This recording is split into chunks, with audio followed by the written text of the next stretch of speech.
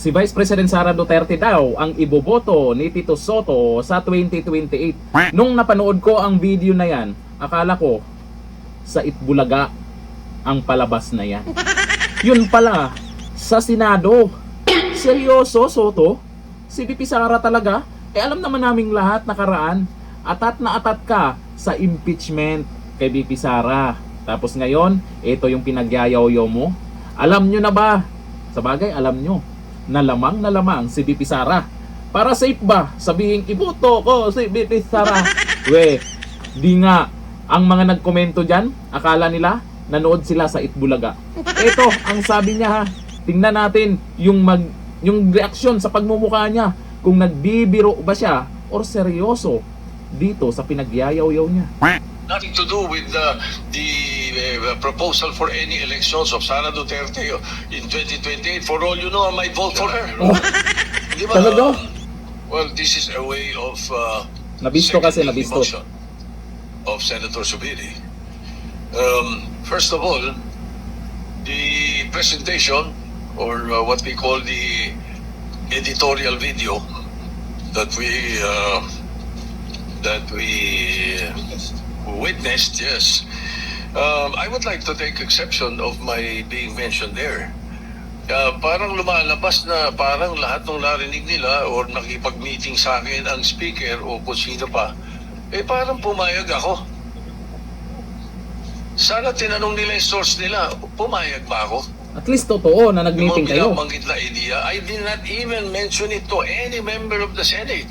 We, Tungkol doon sa mga ideas of, let's say, a regional Senate and all that. Ito mga idea ng mga tao to eh. Diba? Kung nakikinig ka, narinig mo yung idea, ikaw ba'y sumang-ayon na? Dahil narinig mo? For example, in my case, I have never been in favor of Chacha. we, Charter change? Never. From the day I became a senator up to the present, ang dami namin pinagdaanan dyan. we. Ang mas gusto ko, Katsa. C-H-A, not charter change. Ang kailangan natin, Katsa, character change. Dami paliwanag ni Soto ah. At least totoong nag-meeting kayo. Todo paliwanag.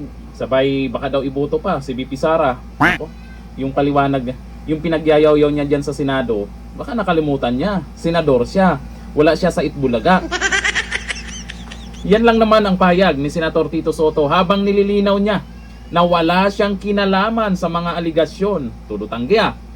Kaugnay ng umano'y charter change at 2028 no election plans. Ayan, nabuking kayo ni Amy Marcos. Sa gitna ng miinit na usapin matapos ang naging video presentation ni Senadora Amy Marcos tungkol sa umano'y term extension. Parang binura na yata doon sa YouTube channel ng Senado ah. Parang di ko na nakikita yung live nila kahapon. Tungkol sa umano'y term extension at constitutional amendments. Iginiit ni Sotto na hindi siya bahagi ng anumang plano upang maantala o hindi matuloy ang 2028 election. Naniniwala ba kayo sa sinasabi niya? Kasi kung talagang seryoso siya, dito sa sinasabi niyang ay hindi daw siya bahagi doon sa mga plano na yon, sabay nagsasabi siyang boto si VP Sara sa 2028, pareho bang totoo yun? O parehong joke yun? Ayon kay Sotto, hindi umano tamang idawit siya sa mga aligasyon dahil lamang sa may mga pagpupulong o diskusyon sa kanyang nadaluhan. At least, totoong nagpulong kayo. Importante, mahalaga, totoo. Yung napag-usapan, hindi nga lang confirm kung pumayag ka. Todo tanggi ka. Mariin din niyang itinanggi na siya ay pabor sa charter change. Talaga ba? Pero doon sa sinasabi mong baka iboto si VP Sara sa 2028, yan yung isang dahilan kaya pinagtatawanan kayo dyan sa Senado. Puro kayo joke. Kung sa tingin mo seryoso yung sinasabi mo, Sotto, sa tingin ng karamihan, joke yan. Kasi iba naman ang iyong mga galawan netong nakaraan pagdating sa usaping impeachment VP Sara. Ngayon, natalo ka, napalitan sa pagiging Senate President. Mag-iiba ang ihip ng hangin. Iba na ang pinagyayaw-yaw mo dyan para hindi ka na excited sa impeachment ha. Sabi ni Kevin Badoran, ito ha, patawa ka ba Itbulaga? Iboboto mo na si VP Inday Sara Duterte para safe? Sabi ni Domas Fernando, parang hindi ako makapaniwala ah. Gulat na gulat talaga ako. Baka isa itong panaginip. Sabi ni Cherilyn, maniwala na sana ako kaso Itbulaga pala pinanood ko. Hindi, sa Senado yan. Ayan. Wala po akong nababa. Ito sa ang balita ngayon, dyan po sa post na yan, wala po akong nabasa. Ewan ko lang kung may mga nag-comment dyan ha, na naniwala kay Soto. Pero lahat naman ng nababasa ko, hindi talaga naniniwala sa sinasabi mo, Soto. Ano ang ibig sabihin yan? Tingin ng mga netizens, ikaw ay sinungaling lang naman. Sabi ni Jai Sauro, hanggang sa Senado, Bulaga pa rin na talaga. Sabi ni John Paul Reyes, nagkalokohan na naman tayo. Yan, Itbulagaan. Itbulagaan na lang ba tayo?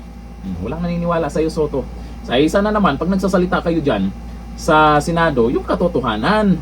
Isasabihin naman ng ibang senador dyan, pinagtatawanan na tayo dito. O, yung kasamahan nyo sa minority, si Tulpo. Yan yung pinagyayaw-yaw niya nakaraan. Nandadamay pa, di ba? Hindi naman lahat ng mga senador pinagtatawanan dyan. Kayo, dyan sa minority. Rafi Tulpo, Tuta, at iba pang mga kasamahan nyo dyan. Tawang-tawa sa inyo ang mga tao, lalo na dito sa pinagyayaw-yaw ni Soto. O tingin ng karamihan, joke lang yan.